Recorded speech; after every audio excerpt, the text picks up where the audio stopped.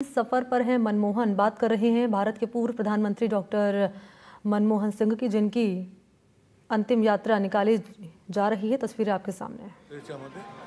मनमोहन सिंह जी समय आमी निजो मंत्री छिलाम, सुतरां तार दक्षता, तार पारदर्शिता, तार जे काज करबार अभूतपूर्व एक নিজস্ব कायदा, ये सब কিছুকে দেশের মানুষ আবার নতুন করে মনে পড়ছে।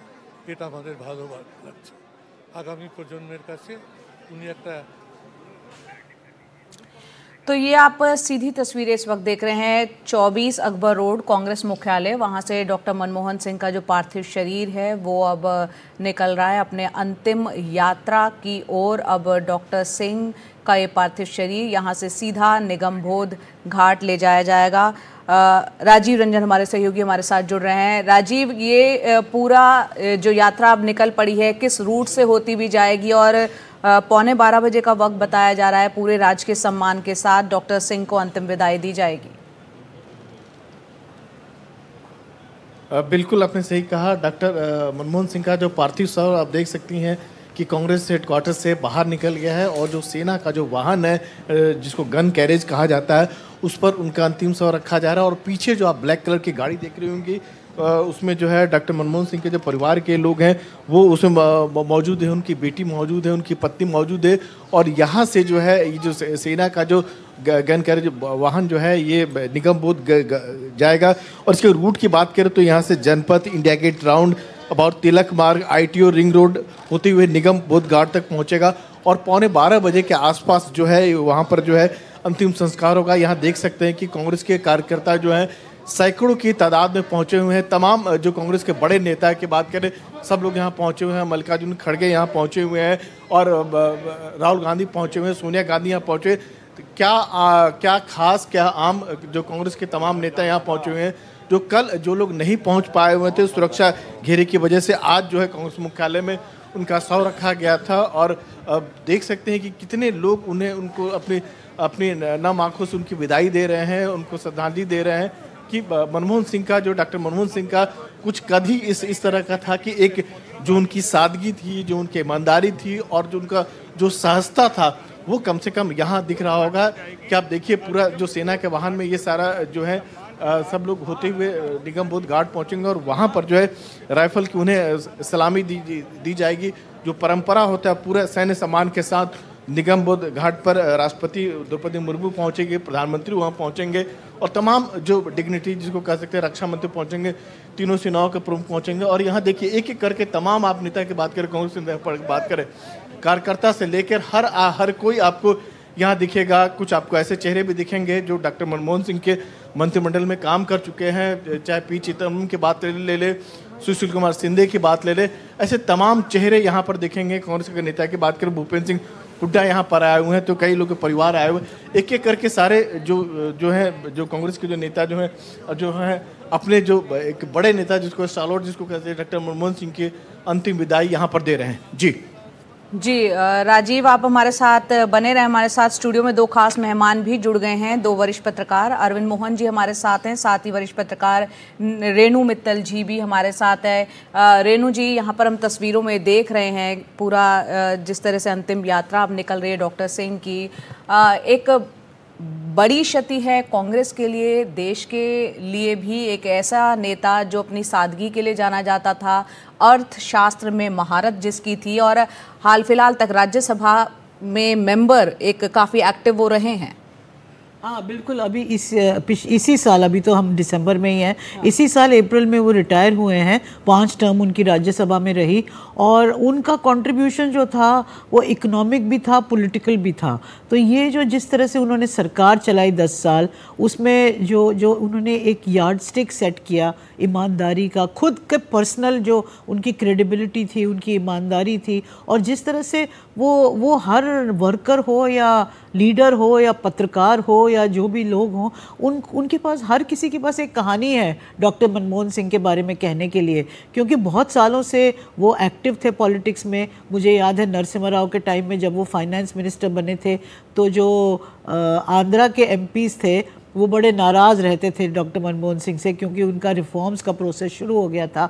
और उस टाइम जो है आपने देखा कि वो फूड सब्सिडी हटाई, फर्टिलाइज़र सब्सिडी हटाई। तो ये जो बहुत बड़ा ब्लॉक था आंध्रा के एमपीज़ का, ये हर समय नरसिम्हा राव से कंप्लेन करता रहता था कि नहीं इनको हटाइए आप, हमको नहीं चाहिए ये डॉक्टर मनमोहन सिंह। तो पीवी नरसिम्हा राव इनको अलग से बुला के उनसे बात करते थे। एक सेकंड के लिए रोकेंगे, यहाँ पर नवजोत सिंह सिद्धू को सुन लेते हैं।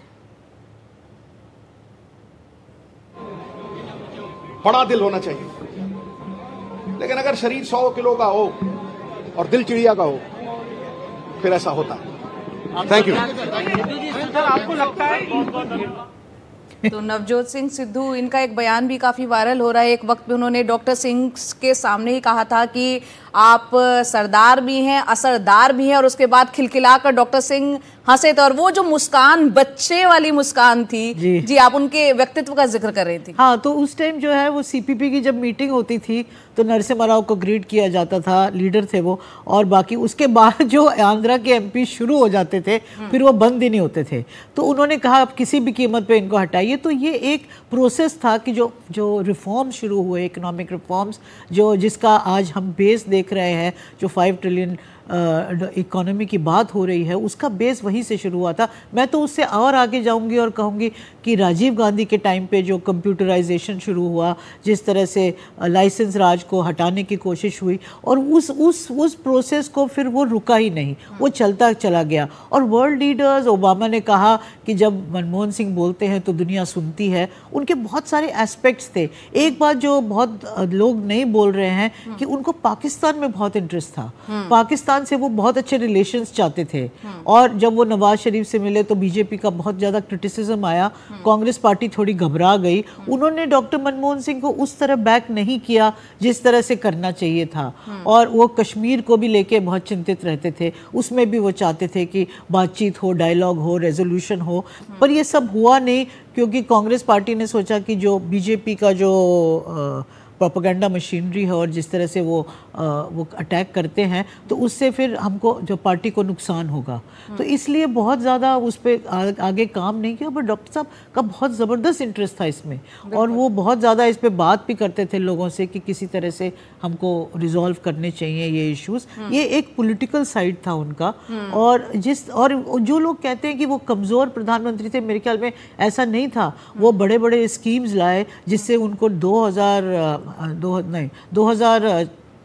2006 में उनको एक सेकंड टर्म मिला। आपने देखा कि कांग्रेस पार्टी बहुत ज़्यादा मिडिल क्लास की प्रिय नहीं है, और जितने भी मेट्रोज थे, दिल्ली हो, मुंबई हो, कोलकाता हो, मद्रास हो, वहाँ कांग्रेस ने बहुत अच्छा प्रदर्शन किया। इसका श्रेय डॉक्टर मनमोहन सिंह को जाता था। डॉक्टर साहब का जो एक व्यक्तित्व था, जो मिडिल क्लास बहुत अट्रैक्टेड थी उनसे, तो इससे कांग्रेस को जो है जो सीटें मिली और जिस तरह से वो वापस पावर में आई, एक तो उसमें फार्मर्स का जो लोन वेवर था और मनरेगा था और फूड सिक्योरिटी, बाकी चीज़ें थी। एक एस्पेक्ट वो था, और दूसरा था कि डॉक्टर मनमोहन सिंह का जो पर्सनालिटी था, डॉक्टर साहब ने एक अट्रैक्शन था मिडिल क्लास के लिए, उनके लिए। तो ये दोनों चीज़ें मिला के कांग्रेस दोबारा पावर में आई।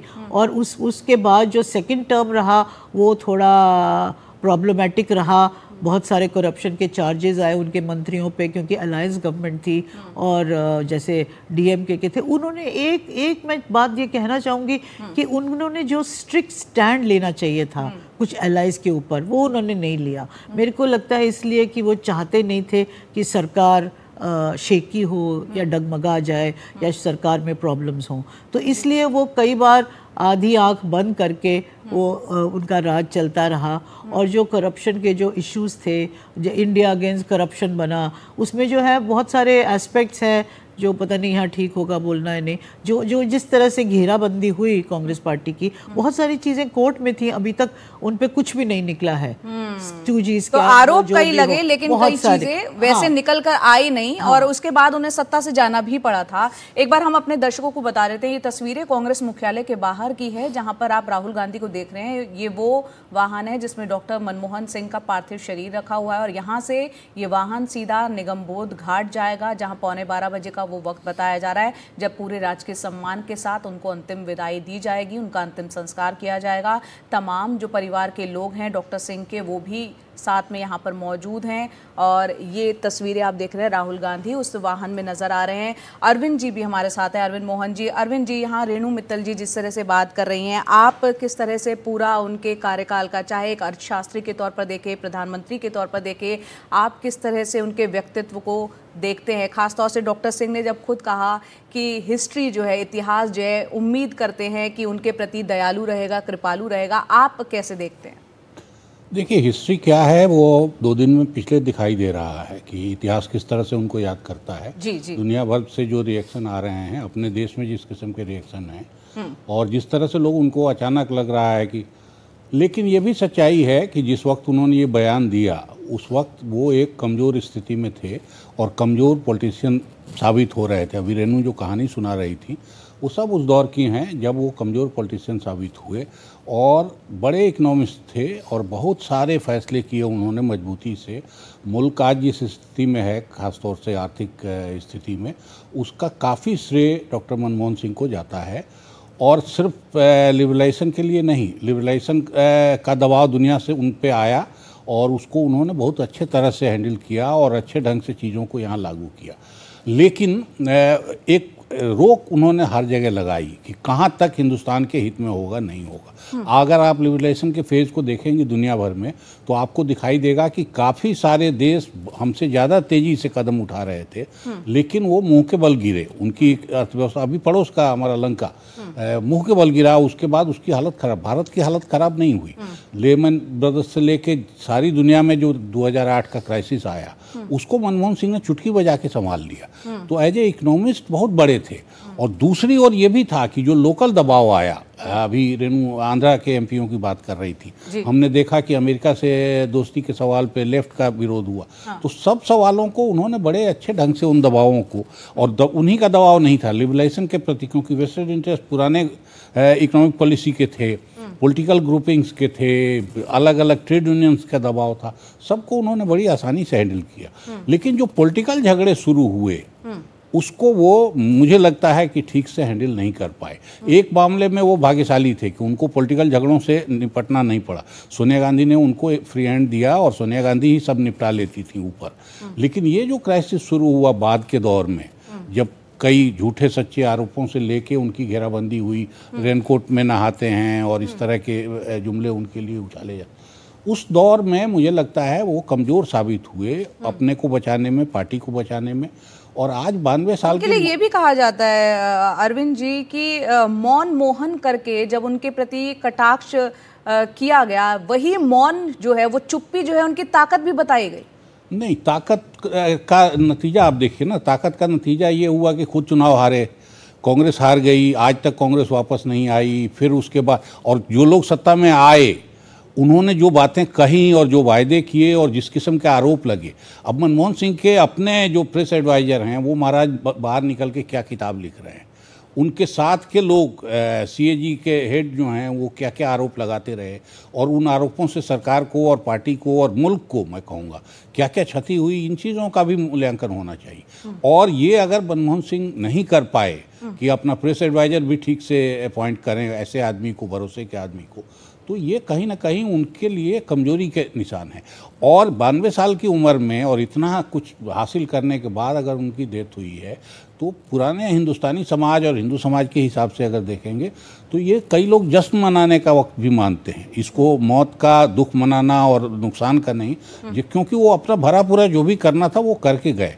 लेकिन हमने देखा है कि उनका जो आखिरी दौर है वो उनके लिए भी कमजोरी का साबित हुआ। फिजिकल छोड़ दीजिए, उनके अपने और पार्टी के लिए भी, मुल्क के लिए भी, क्योंकि उसके बाद जो चेंजेज हुए हैं उनका मूल्यांकन अभी होना है। और उसमें जी, जैसा कि आपने अभी जिक्र किया, आज हम 3rd लार्जेस्ट इकोनॉमी का लक्ष्य अपने सामने रखते हैं, तो उसकी नींव जो है बतौर अर्थशास्त्री डॉक्टर सिंह ने कहीं रखी थी उस दौरान।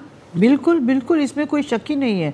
डॉक्टर सिंह उसके आर्किटेक्ट थे। मैं तो कहूँगी he was the father of economic reforms इस देश में, क्योंकि जो पहले जो लाइसेंस राज चल रहा था कि उससे मुक्ति दिलाई उन्होंने, एक लिबरलाइजेशन का दौर शुरू किया और वर्ल्ड स्टेज पे इंडिया को एक पावर बनाया इकोनॉमिकली।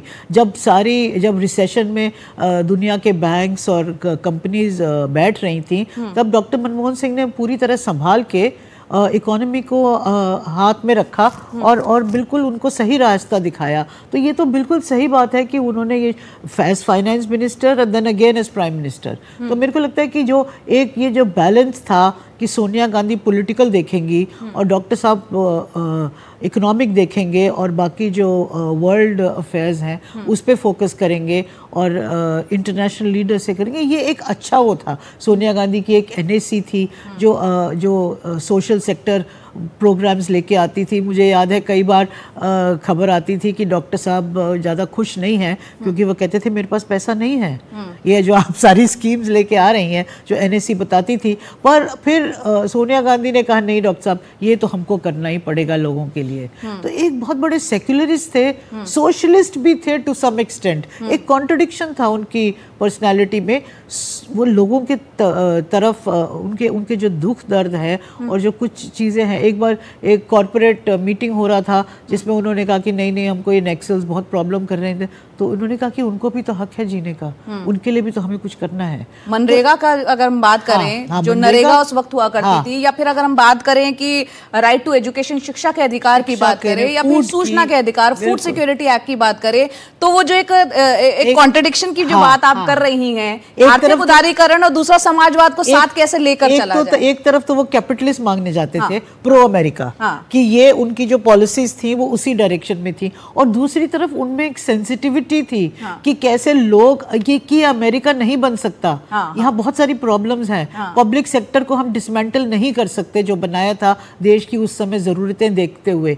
तो ये बाद में जो ये कहा कि we are selling the family silver, मतलब जो पब्लिक सेक्टर को हम डिसमेंटल करके वो कर रहे हैं, तो एक ही जो सोशलिज्म का दौर भी था जो चल रहा था, और सोनिया गांधी इसमें एक बहुत बड़ा टेम्परिंग फैक्टर थी।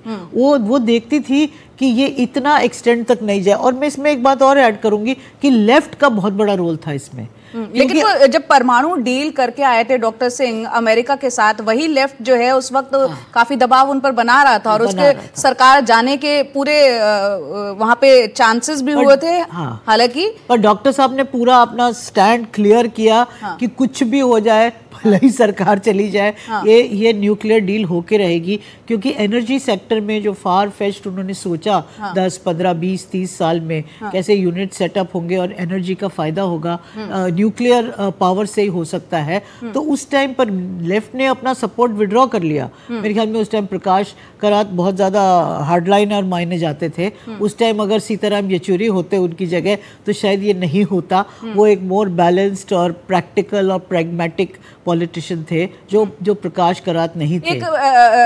अरविंद जी, एक युग का अंत भी लग रहा है। यहाँ पर आपने जिक्र किया सीताराम येचुरी का, इस साल हमने देखा उनका भी निधन हुआ, डॉक्टर सिंह भी इस दुनिया से चले गए। तो एक पीढ़ी थी जो उस दौर की, जिन्होंने देखा किस तरह से, हमने कई ऐसे यहाँ पर पार्लियामेंट में भाषण सुने हैं डॉक्टर सिंह के, और उस टाइम पर हमने सुषमा स्वराज पर उन्होंने एक जो कपलेट जो है एक शेर भी अल्लामा इकबाल का वो करा था, और जिस अंदाज में जो है सुषमा स्वराज, वो भी अब इस दुनिया में नहीं है, वो मुस्कुराई थी। तो एक वो दौर शायद आते आते अब धीरे धीरे वो कमी खलती है संसद में भी, उस तरह की बहस की, उस तरह की सार्थक बहस की और वो शालीनता की।